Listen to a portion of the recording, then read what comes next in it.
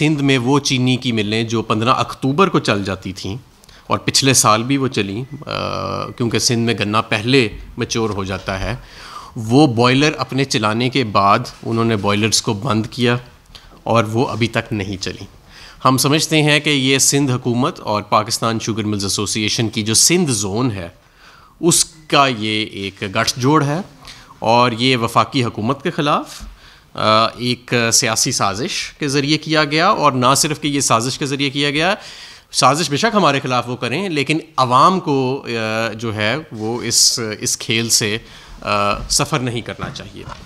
तो वो शुगर मिलें, पहला हमारा सवाल ये है सिंध से कि वो शुगर मिलें जो 15 अक्टूबर को या एट मोस्ट 20 अक्टूबर को चल जाती हैं, वो अभी तक सिंध में क्यों नहीं चली, और क्यों इतने अरसे के बाद भी अपने बॉयलर चला के उन्होंने बंद किया। हमारे पास उन मिल्स के नाम भी हैं जिन्होंने अपने बॉयलर चलाए और फिर उन्होंने अपने बॉयलर्स को बंद किया, यानी हफ्ता पहले बॉयलर्स चलाए जाते हैं और उसके बाद फिर ये तैयारी होती है। तो सबसे पहले तो ये। दूसरी चीज़ ये कि सिंध हुकूमत ने पिछले साल भी जब हम एक कानून लेके आए कि जो एक वक्त दिया जाएगा शुगर मिलों को कि जिस पे सूबाई हुकूमत उनको इतला देगी कि आपने इस वक्त तक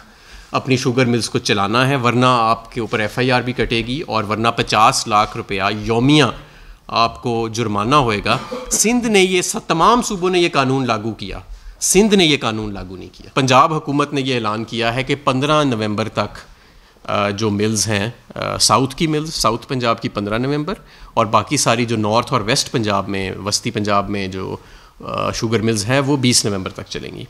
और ये जो 20 नवंबर को मिल्स जो नहीं चलेंगी या 15 नवंबर तक जो नहीं चलेंगी, जो मुकर्ररा वक्त उनको दिया गया है, तो उसके बाद कानून अपनी हरकत में आएगा। इम्पोर्टेड शुगर मंगाई गई है, जो मुझे बताया गया है कि 1 लाख टन जो है वो चीनी वो अब मार्केट में लाई जा रही है, इम्पोर्टेड चीनी, जो कि 90 रुपये पे सेल की जाएगी।